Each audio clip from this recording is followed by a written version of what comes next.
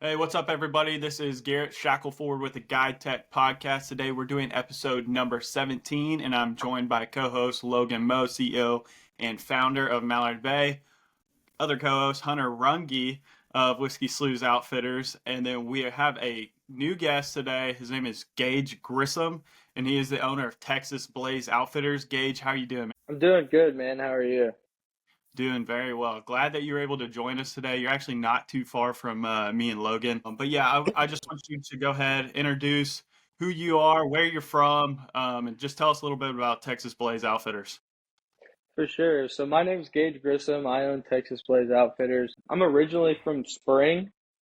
It's not too far, close to Houston. I moved down here a little while ago, and I've been running this outfit for around 2 years. I mean, I've been hunting my entire life, but I started this outfit, and it just really took off. It took off a lot faster than I was expecting it would, especially, I found y'all like maybe a month and a half ago now. Mm. And as soon as I did, everything started just picking up. I was in a tough spot of trying to like look through all my messages to make sure when I had a hunt or not. And Right. it was a really big problem because I was like, oh, I don't think I have a hunt tonight. And then I'd have to see somebody rolling up to my house and it's like, what's going on? So Yeah. Mallard Bay has definitely brought a lot of clarity to the entire outfit, made it a lot easier for us, and it's just been a really big pleasure, man. It's been awesome. Yeah. Yeah. Well, one, we appreciate that, man. And that problem that you're having of someone showing up and not knowing exactly, that Yeah, you were running a hunt that day, that was a very common problem in the past, and that's the exact reason that we built the tool that we've built. And but yeah, dude, I wanted to hear more. So, when did you decide you were going to start Texas Blaze Outfitters? And then what are y'all offering? okay, so I started 2 years ago, and the reason I started, it's kind of a funny story, but I've always been a massive hunter, and I have kids. So those two things hand in hand, it gets difficult, especially on my Uh, wife. And so I was like, I can't sit in a duck blind, then go on a dove hunt, and then sit in a deer blind every day of my life like I want to. And I was like, I have a great idea. I'm gonna start guiding. Whenever he comes in, there's no complaints about it. So I started guiding, and as soon as I started guiding, I would make posts and on Facebook pages, duck hunting, deer hunting, dove hunting, pages like that. People just started blowing me up like crazy, blowing me up. It really just took off from there, and then it became just an everyday thing. And I kept expanding. I started with duck hunting. That's what I started with. It was just duck hunting out of a pond that on the 300 acres that I live on. That's how I started. And we still hunt that pond. We murder ducks off of it. It's a great spot. But then I grew into, I think my second hunt was dove hunting. So I started doing a lot of dove hunts.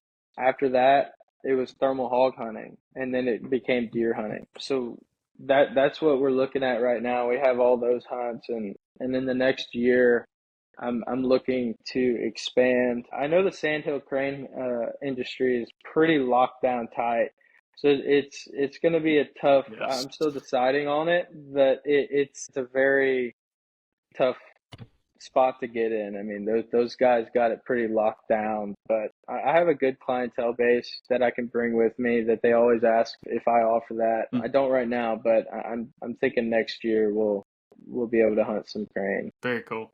Yeah. Well, Gage, sorry, the audio kind of cracked out there for a second, so it kind of threw me off. But we're all good. We're back. But how long ago did you say you started this? 2 years ago, you said? Yeah, so I started heavily 2 years ago. I would still do Gotcha. it, here and there, heavily every single time I could get a chance, but now Hmm. it's almost every day. It really is Gotcha. every day. So I mean, obviously right now we're just doing thermal predator hunts, but dove season opens in like a month, so we're about to be really Yeah. busy. And then early Yeah. teal season and then duck season. So we're about to be in full swing of everything. Right. Well, I got a question about, getting started? Because I think, both you and Hunter kind of started in the same spot. What is that? I'm assuming you started with friends and family. So what is it like to kind of make that transition from, I'm taking people out for fun and buddy hunting to, hey, I'm charging for this. Yeah, that was definitely a big change. I would have my brother and my dad out in the blind with me, or just a buddy or something. And, the biggest change for me is whenever I yell shoot 'em, I don't get to pull the trigger anymore. That was a really big change for me. And some clients are like, "Hey, look, we're not good shots and we want to go home with some meat." I'm like, "All right, well, let's go." Uh, that was a massive change for me, especially, you're hunting flooded timber or something like this, and you're working these mallards in, and you don't get to pull the trigger anymore. So it's a big change, and it's hard to do a lot of the times, especially whenever, you work in all these birds and you see them all leave the hole. Just depending on how good your clients are at shooting, which is totally understandable. A lot of people just come out here to have fun and have a good time, and I get it. But it was a lifestyle for me, man. I lived by it, so it's that was hard for me to do, and it still is from time to time. If you have a deer, a 200 plus, come out and they gut shoot it or they miss it. It hurts a little bit, but it happens, It happens. We'll call out a dog and we'll figure it out. But that was my biggest change. That was really hard for me, was just being able to separate my personal hunting life, which now is I don't book opening day. That's the only day that I don't book. I save that for my wife, my guides, and then if they have a wife, and we'll go out on a great duck hunt, and then after that, it's game time. Now, when you do your hunts, do you do all inclusive? Do you just do the hunting? So I don't do all inclusive. We don't have lounging, but we work with hotels around here to where you'll get discounted prices, but lodging, I don't have that yet, and I'm not sure when I will get that. But we're close enough to a city that it's it's not exactly necessary, but I understand the fun of, Gotcha. getting off of a hunt and going hanging out, some beers and stuff like that. It's definitely in the future. Gotcha. And now, is this something you do? Is this like mostly your full-time job? Is this your full-time job? It's mostly my full-time job. I'm a welder by trade. I have welding Okay. business as well, but I think next year is going to be, because I have four guides working underneath me, but next year I think it's going to be totally full-time for me. Gotcha. Gotcha. Yeah, Gage, I wanted to hear some of the unforeseen challenges that you had when you decided you're going to go off and do this. I know at the beginning, like when someone makes a decision to do something like this, especially it being like their hobby, like you said, you're going to be able to make money doing your hobby. Yeah. You can get excited and like overly optimistic about it, and I think a lot of people see stuff on social media about kind of the guide life and it being the 1% of everything that's good. It's the pile pictures, it's stuff like that. So I want to Right. hear like what were some of the unforeseen challenges that you had to overcome while successfully starting and now running Texas Blaze Outfitters. Well, I think the number one was, as soon as I got to a point to where it's like, okay, I have too many people booked here. I have to have another spot to hunt. Okay, so Mm. getting more land permission is one thing, but more land permission comes with, obviously a whole nother group. Whenever you have a whole nother group, you have to pay for a whole nother guide, a whole nother spread, all new mojos, all new blind.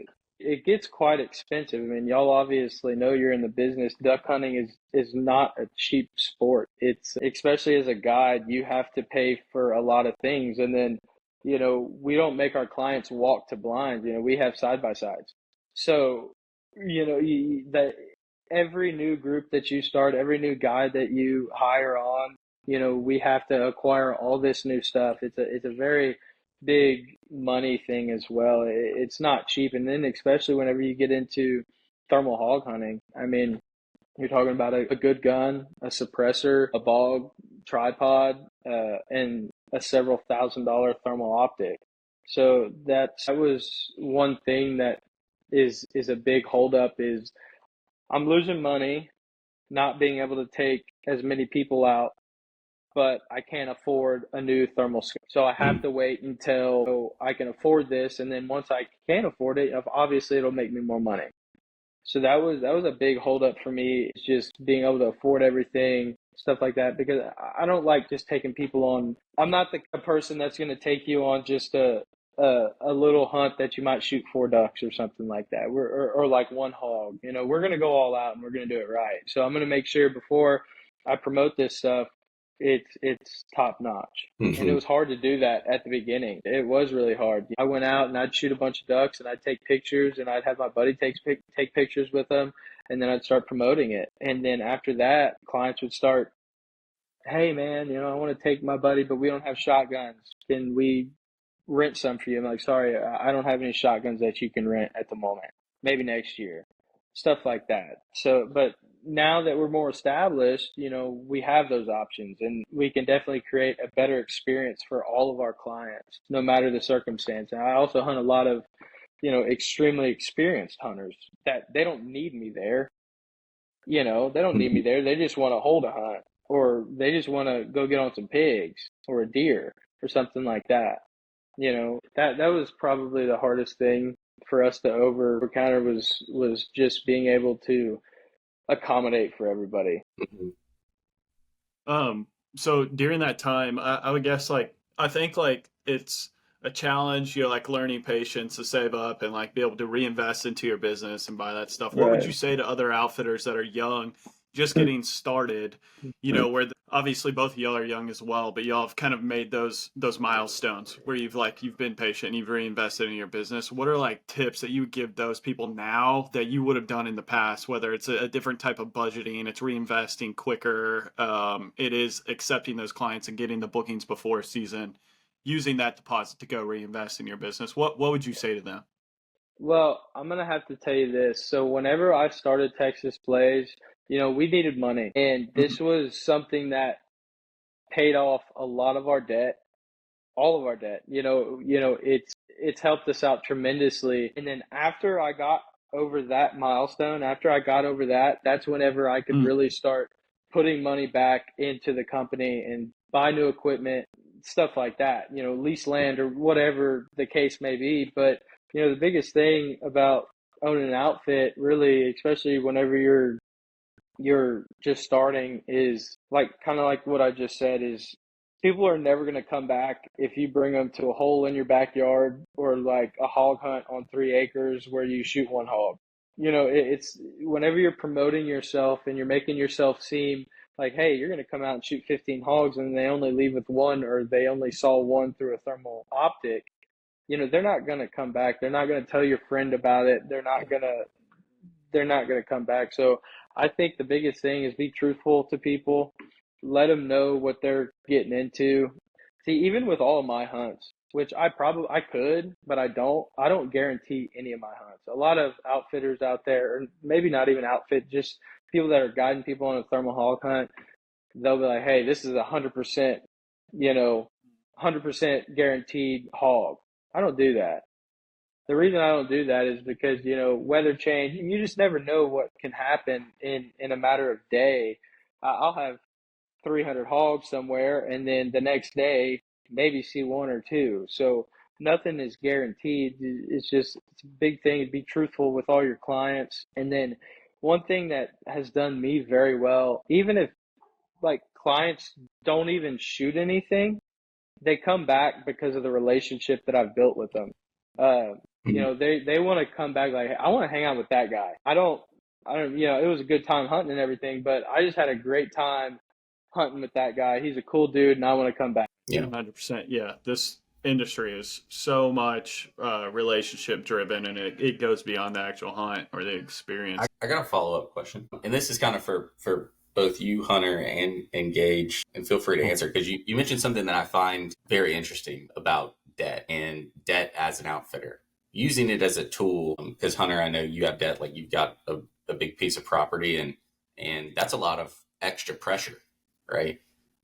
So what is y'all's philosophy when it comes to using debt as an outfitter because of the, uncertainty, even the seasonality of the business too, right? Like, how do you think about using it as a tool, whether it be getting financing for a new side by side or going to the bank and actually getting a loan or a line of credit? On our side, man, I mean, I'd like to lie to your face and say, we own all of our work trucks and we own our land and we own our lodge and all of that, because we don't.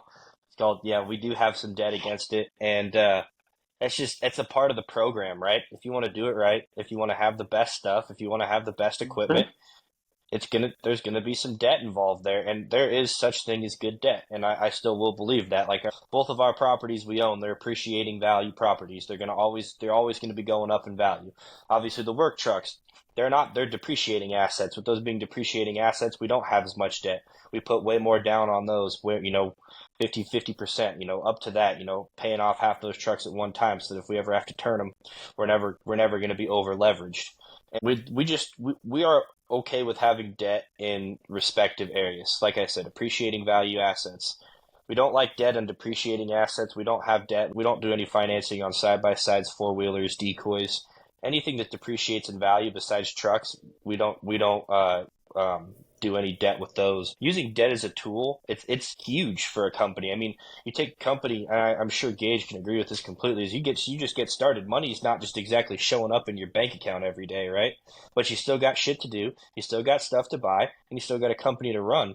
And so getting a general line of credit to get started, or getting some credit cards or something to have some sort of credit to get started, as long as you use it responsibly, that's almost a must-have. I mean, if you're not doing investors and that kind of, if that's not how you're running your business, then you're gonna have something to get started.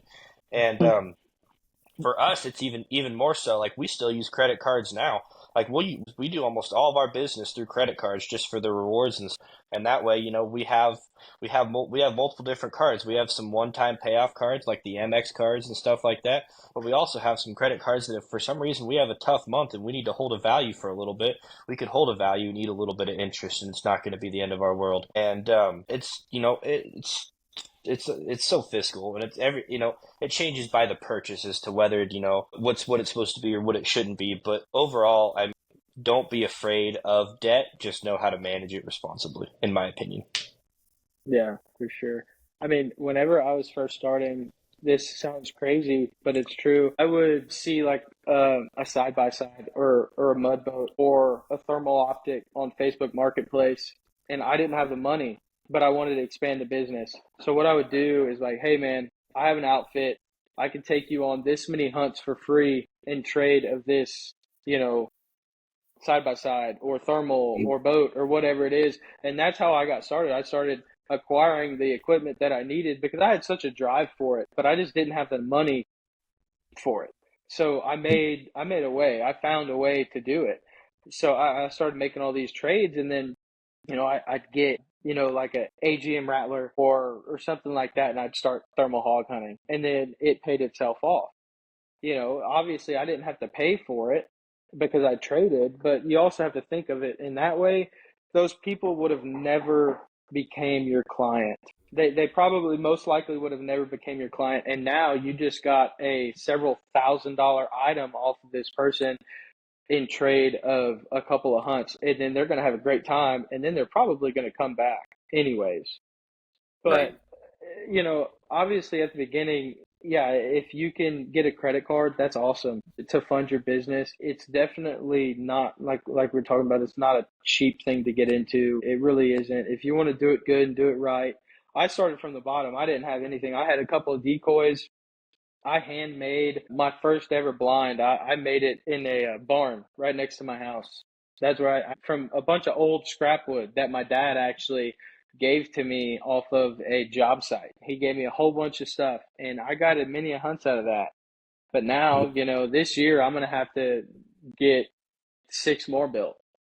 So and the bigger you get, the more expensive it gets as well. Obviously, you're going to make more money, but like I said earlier, every guide that you bring on, he's going to have to be able to run an entire hunt. So he's going to need all the decoys. He's going to need most like a dog. He's going to need, a blind. duck calls, mojos, everything. So the more you expand, the more expensive it gets. Obviously, the more you expand, if you expand the right way and at the right time, you'll make a lot more money. So it'll be worth it. But if you try to get too big too fast and buy a bunch of stuff when you have zero clientele base, you can promote all you want. Like, hey, my name's Gage. I have the top-notch thermal. Well, it doesn't matter. They're still going to go to Hunter because he's been in the business longer. They've hunted with him. It doesn't matter if my equipment's better than his. They've hunted with him. They know the experience they're going to get. So that's one thing I would say is just take it slow. That's what I did. I took it slow. I eased my way into it, and it's been working out for us great. Well, Gage, you talked about your team and even having to fund these guides and making sure that they have the equipment they need to run a successful hunt. Can you kind of break down what your team looks like during the season, and then kind of when y'all step out of the season, what that looks like? Yeah. So, right now we're out of season, so we're doing a lot of posting, stuff like that. And then right now, obviously, it's all thermal predator hunts. That's that's what that's what we can do right now. Yeah, so we'll go, a lot of hog hunts, a lot of coyote hunts. But whenever season comes, it's going to be a totally different ballgame. Like I said, the first day, opening day, that's going to be saved. We don't book that day. That's going to be saved for our guides and our family. But after that, it's pedal to the metal, man. They've already got the schedule, and it constantly gets updated. We're gonna basically be hunting every day. So Jared Lundmark, he's our lead guide. He's the guy in charge of all the other guides.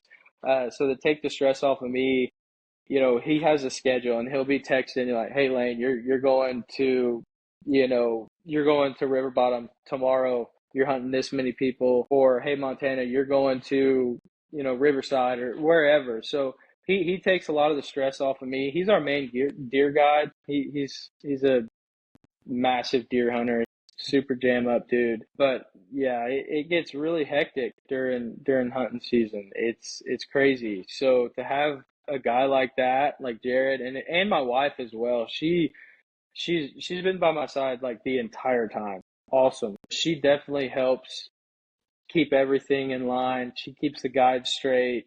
She does everything. She makes our merch, or not our merch, just all of our apparel. She has an embroidering machine, so she does all that for us. And I think a big thing is whenever you start hunting multiple guides, multiple hunts at a time, is having a second-hand man to really help you out. That's what helps me out a lot, is because I couldn't do it by myself, especially whenever you have 5 hunts a day stacked up for the next 60 days. You have people rolling up to properties, left and right. So you always have to have somebody on top of everything.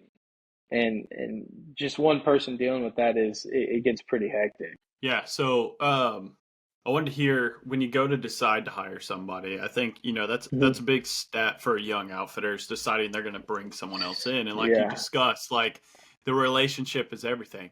So how do you go about, especially so a lot of guides, they've either worked in the industry working for somebody else and they've met other people and intermingled with them. How'd you go about finding the right guys that you could trust going out with your clients? So that was a very big thing for me, was because my clients know me not only for my hunts, but just for how I am as a person. And I don't care if you're the best hunter in the world and you can come with property that's going to give me all the freaking ducks in the world. But if you're not going to treat my clients like they're your best friend, then you're not going to be hired. That's the bottom line. Like going back to what I said earlier, I think a guide, you have to make a very special relationship to each and every person that you are guiding. I mean, you don't want to just have a guy sitting in the corner and you don't say a word to him, and the only interaction you have is just whenever you're yelling pull or like shoot him. That's not how we run our outfit. So what I do is I tell them to, hey, meet me here. For one, bring your duck calls, because I got to make sure you can blow a duck call. And it's a very big, they have to have a bird dog, and they have to compare similar to my bird dog. I have to see them work their dog, make sure that their dog's, good dog, make sure that they can blow a duck call. and then genuinely just make sure that they're a good-hearted person, that I know that they'll be able to connect with my clients, because I have clients that come from out of state, far away. They've been really good to us. So I can't trust, anybody to just take these clients out on a hunt. I have to make sure that, they're respectful. They're going to treat my clients like they're their best friend, and they're going to put them on, as many birds as possible. I mean, hunting is not guaranteed, and everybody knows that, but minimum is you need to go out there and have a good time no matter what. Even if you're only shooting 5 ducks, you still need to have a great time, and your guide plays a massive role in that. You can't just hire anybody to just blow a duck call and call the shots. And obviously they have to know how to duck hunt, because we'll have guys that just, even hunters, they say that they're hunters, but you'll have ducks circling a pond. They're committing, but they're not committed. And we'll have ducks coming around on the second whip, and then they'll try and pull the trigger. And I'm like, look, dude, that's not how we do it. So your guide has to know when to call the shot. If a duck's committed, you'll know it. If they're thinking about it, you don't want to take the shot unless you know that, like, hey, they're gonna bust out of here after this. Let's just go ahead and take our shots now. So it's not only just being a great people person, but you have to know what you're doing whenever you're taking guys out there that are paying good money to come on a professional hunt. So you really have to understand, know how to read birds, know how to chat with them and stuff like that. No, I think all those are great points. I want to get a little bit deeper into it because, you've talked a little bit about, even when the hunt isn't going well, maybe they're only going to shoot 5 birds that day. This is actually a topic we talked about last week with just us three. And Hunter gave us some great feedback on kind of strategic ideas on like how to take care of your clients, and maybe when the day isn't going well. And so I wanted to hear, like, strategically, if you're sitting in the field with a group of guys and the hunt isn't going as planned, how are you making sure you're keeping them engaged and like making sure they're happy? Yeah, so for sure, that's a big thing, and we do this a lot, especially for our big groups. If the day's not going well, like a duck hunt, and then they'll look out of the duck blind and they'll see a million dove flying around. It's like, hey, I can take you over there. We can bust some other stuff up. But then after the hunt, like, hey guys, I got a chef coming in. He's gonna grill us up a bunch of barbecue. We're gonna have some beers. No matter what, this is gonna be a good day, because a lot of the time, obviously in our group hunts, everybody knows each other. They're all best friends or family. So bottom line is, a lot of people just come out here to have a good time. Not everybody is just looking to kill a cinnamon teal or have a bag limit of mallards. Not everybody's looking for that. A lot of people are looking for just a good time, get away with family and friends, and to be able to extend that with like lunch and a couple of cold beers. That's a great way to do it. I mean, it's also, even if the hunt doesn't go as well as we wanted it to, they still have something to look forward to after the hunt. Such a good way. Sorry, Gary. I was just gonna No, say go that's ahead, such a Hunter. good way to go about it, man. Like it's you don't see a lot of outfitters that look at it like that. You see a lot of outfitters that are like, well, if the hunting sucks, that's not my problem. I can't control the birds, and that's that. And Yeah. that's their downfall. That's where they don't get those rebooks. That's where they get clients that bounce off and get mad at them. It's those guys like you that go that extra mile that want to show their clients, no matter what, we're gonna have a good time. Like this will. I like what you said. I said, no matter what, this is gonna be a good day. Like Yeah. that's a big thing. That's definitely going to be what really sets you apart from a lot of people around you. Yeah, it really is, man. It's because I have a 10-man hog group coming out, and this is August 2nd, and he's like, man, look, me and my family don't get to see each other very often. We're coming out. We just want to have a good time, okay? He's like, can we come out and grill and plink around for a little bit? And I was like, man, yeah, we can do it. I'm just gonna let you know, plinking around before a hog hunt isn't the best idea, but you're more than welcome to do it. This is like, you're paying for your experience. I'm gonna give you the experience that you asked for, that you want. If you're going to be a diehard hunter and, we're going to spray down with scent lock and go track down a hog for 5 miles, I'm going to do it with you. If that's what you want, if that's what's going to make you happy, I'm going to do it with you. But if you want to just go out there and have a good time with your family, yeah, let's do it. I'll be a part of it, and I'll take your pictures, I'll take videos of you, and then we'll go out there and shoot some hogs. It's all about the customer, because without the customer, you're nothing. I mean, you're really nothing. And so my biggest thing is I got to give these guys the best experience possible, so they keep coming back and they know, like, look, I mean, don't get me wrong, most of the time we're always slamming birds, but it is hunting. So sometimes they just don't cooperate. But even though if they don't, they're going to come back knowing, like, dude, we had a great time. He treated us right, and it was just an awesome experience. It's not just about shooting, it's not just about killing. It's really just an experience for a lot of people. Gage, so when you have these 3-day waterfowl packages and stuff like that you're booking, one of the other common things that kind of happen in the industry is outfitters just think, hey, this one group, I got to get them one good hunt. What's your Yeah. perspective on that, and how do you go about avoiding that? Yeah, no. So like I said, people are paying good money, so they're gonna get what they pay for. And if they have, like, okay, day one, we're friggin' limit out in 20 minutes. Day two, 8, 9, 10 o'clock rolls by, there's 5 birds, but there's a million dove out in the field. Like, hey guys, I got a bunch of lead. Let's go shoot some dove. Like, on me, no problem. Okay, I'm not gonna make you spend thousands and thousands of dollars on it, depending on how big the group is, obviously, for a wasted day. It's not something that I'm gonna do. I'm not gonna let it happen. We're gonna do something, like, and you're gonna be satisfied by the end of the day, and by the end of the weekend, you're gonna look back and, like, dude, that was a hell of a time. Obviously, we didn't kill as many ducks as we wanted to, but you know what? He made up for it for sure, because food on the house. We drank some beers and went and shot a hog or what, like raccoon out of the tree. I don't care. We're just gonna have a good time. You know.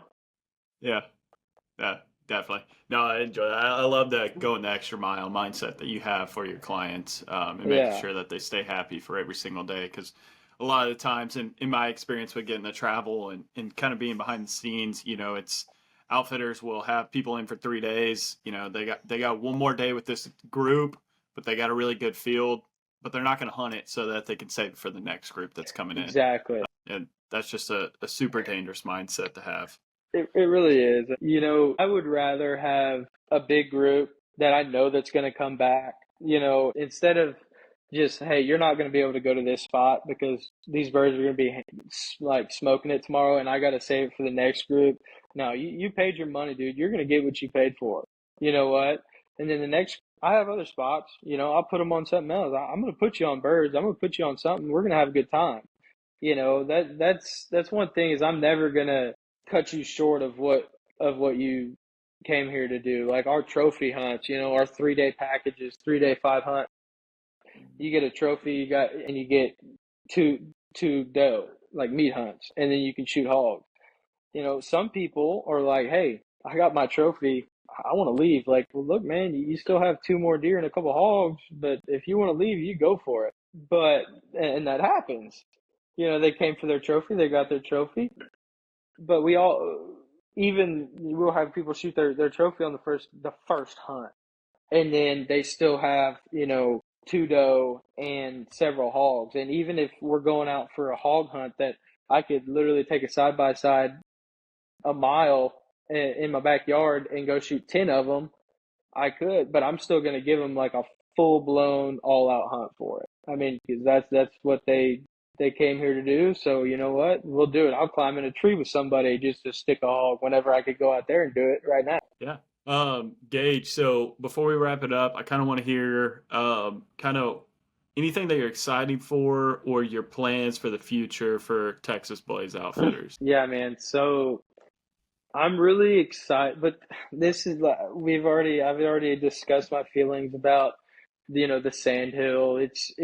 I'm excited about it, but I'm also like, dude, there's so many respected outfitters out there that are hammering sandhill crane right now, which it's almost like, hey, I might need to build up my clientele base a little bit more before I go out there, because whenever you get out there, it's a whole nother ball game.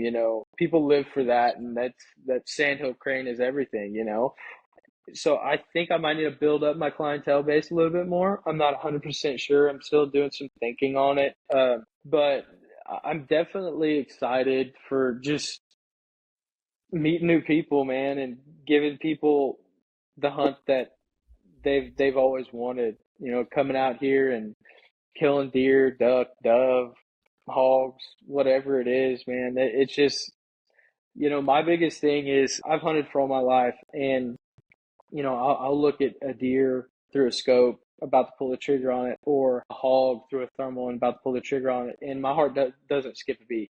But now, as soon as I started guiding, as soon as I pick up a thermal monocular or some binoculars and I see what they're after, my heart starts, I get buck fever for them. So it's all about, like, I still am finding joy, and I'm still getting what I've always wanted, that rush, that adrenaline. I'm still getting that, but now I'm getting it through my clients, because I care about their experience, man, and I'm happy for them. I had a client the other day, shot his first hog, dude. He was jumping up and down. He gave me a hug, and it just made my day, man. Awesome. It's like, dude, that's Yeah. what it's all about right there. So I'm just excited for more moments like that, and just expanding the business and meeting new people, hunting new animals. It's awesome, man. I don't plan on stopping anytime soon. So Yeah, definitely. Yeah, and one, that's all exciting, and that's a common thread that I see with a bunch of outfitters is kind of they get, they grew up hunting, they've done it for a living now, and it's not as exciting when they're the ones doing it, but when they're getting that opportunity to provide that for somebody else, that's where they really get the rush now. I was also going to say on the Sandhill Cranes thing, I would just want to encourage you to reach out to someone like Vince Kimbrough at Prairie Bomb Outfitters and kind of just talk to them, get their feedback. Vince yeah, isn't going to take it as like a competitive thing. Just kind of pick his brain and talk to him. He's someone who's trying to be and is a leader in this industry and wants to be someone who wants to be of support and of help to other businesses. There's enough demand in this world for waterfowl hunting, for crane hunting, that like anyone can have their clients that they run throughout the season. But getting to know the technical details, the things you don't want to learn the hard way, I promise you, someone like Vince will be willing to share that with you, because that's exactly what he's doing. He's running crane hunts in Amarillo. And so I just encourage you and just other people in the industry when they think expanding or thinking about opening up, whatever it might be, that they reach out and create a network of other successful outfitters that are doing what they want to do, and kind of building that kind of community around them, so that when they do have those questions or thoughts, they're able to go to them and get guidance from someone who's already learned the hard way with something like that. Gage, I want to absolutely. see, where can people learn about you? Where can people get in touch with you? Where can they book their trip with you? Man, so obviously our website, and then mallardbay.com. I've been slacking a little bit on the Facebook, I'm not gonna lie, which is a massive thing. Uh, Yes. I'm not a liar, Yes. so I'm just, yeah. But the thing is I've had no shortage of booking at all. Good. I mean, so I constantly getting bookings, but Facebook obviously is a massive thing. I was Mhm. actually going to reach out to Mallard Bay and ask for some advice here pretty soon, because I saw y'all's podcast about paid ads, Yeah. how Yeah. big that can be. Yeah. So I think we're going to start doing a little bit more of that. Yes, sir. So yeah, no, you can find us on TexasBlazeOutfitters.com, and then obviously Mallard Bay. Yeah, definitely, man. And Gage, I'm going to throw this out there. Hunter is the king of paid ads in the outfitting world. He is the absolute, he is the king of it. He knows it's not just the paid ads, it's the sales process that follows it up. And Right. so definitely reach out to him. You can also call me. You can talk to your account manager or whatever it is. We can get you set up. I'd love to send you over an interview I did with Hunter, discussing his sales process, so that you can kind of try to learn from him. Right. But yeah, man, I enjoyed it. We'll definitely be in touch about that. And we're excited to see how the season plays out for you, man. Especially happy to hear that the bookings are coming in, rolling in. I hope to see that continue for you. and see you expand. So Hunter, Logan, do y'all have anything else? No, I'm good. It's been great. All right, guys. Cool. I Thanks, man. appreciate it. Well, guys, thank y'all for joining us here on the GuideTech Podcast, episode 17. Please like, subscribe, and share this. Share it with any other outfitters, anyone that you know that might be interested in a hunt down here in Texas with Gage, just so they can kind of get to know him before giving him a shout. But again, thank y'all for joining in. We'll see you next week on the GuideTech Podcast.